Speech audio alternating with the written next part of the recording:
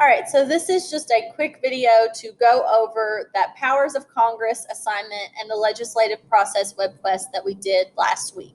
So for the Powers of Congress, the first part of it was finding a current news article. So many of you did the impeachment of Donald Trump, so you found an article about that. That is a good example of one of the enumerated powers of Congress. Another popular one was the hearings for Amy Coney Barrett, who is President Trump's nominee to replace Ruth Bader Ginsburg on the Supreme Court. So confirming federal appointments is a power of the Senate. So another good option. So after that, you go down to the 4 questions. So number 1 is, which chamber of Congress, either the House or the Senate, do you think has the most influence? And you could have answered that question either way you wanted to. So for the House or the Senate, so long as you provided some evidence or support for your answer. So some people said the House of Representatives because it's closer to the people, they're closer to their constituents. Some people said the Senate because there are 100 of them, so there's not as many, and individual senators had more power. So either way was fine so long as you supported your answer. Number 2, what are the benefits of having a bicameral legislature?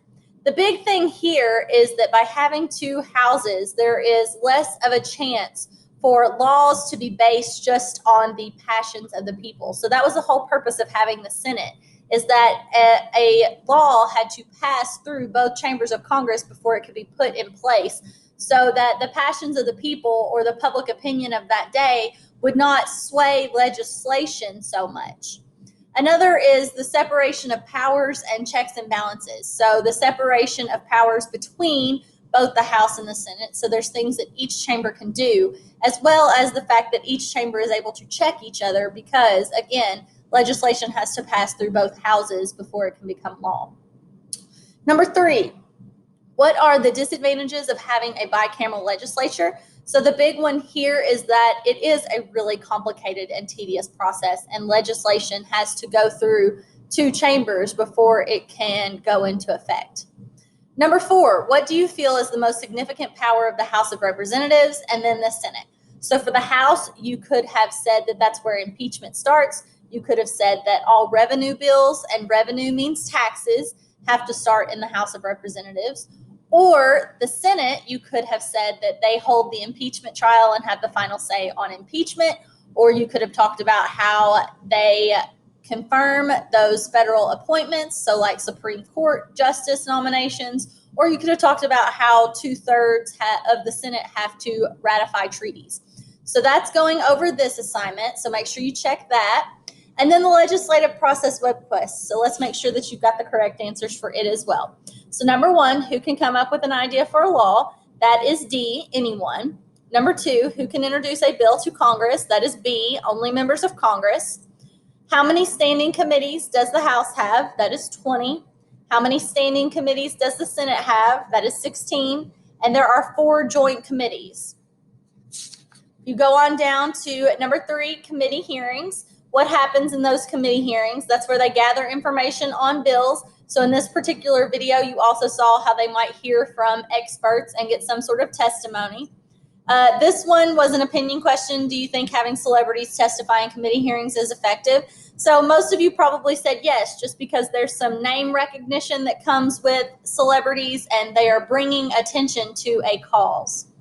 Number 4, the step is markups. So number 1, during a markup, a bill gets D, all of the above, debated, amended, and occasionally rewritten. Number 2, markups determine the exact wording and specifics of a bill. That is true. So that is where in markup is where they make any kind of changes before it goes to the floor. So in floor consideration, number 1, during floor consideration, a bill gets B, so scheduled, debated, voted, and referred in that order. Number 2, floor consideration is where a bill gets voted on by the whole House or Senate. That is true. So after they hear the bill on the floor, that's when they vote on it. 6 is conference committees. So number 1, conference committees are composed of members from both the House and the Senate. That is A, true.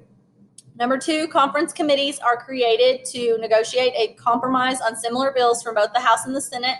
So there is just one bill. That is A, true. Number 3, the Constitution states that both the House and the Senate must pass identical legislation in order for the bill to become a law. That is A, true. Number 4, in order for a bill to pass the conference committee, they need how many votes from the conference committee? That is C, the majority. Number 5, after the bill passes the conference committee, it must go back to both houses for final vote. That is true, A. So step 7, presidential action. How many days does the president have to sign a bill? That is 10. Number 2, the president can do what with a bill? That is D, all of the above. So sign it into law, veto, or ignore the bill and it becomes law anyway. And number 3, if the president vetoes the bill, Congress can override the veto with what percentage vote in each house, and that is 2/3. So then you are to write a short summary paragraph describing the process a bill must go through in order to become a law, and I will check through that to make sure that it is correct. But a bill is introduced, it goes to committee, then it will go on to the floor in the House or the Senate. Once it's passed, it has to go to the other chamber and be passed there, goes to those conference committees where they reconcile the differences, goes back to each chamber to be voted on again, and then it will go on to the president.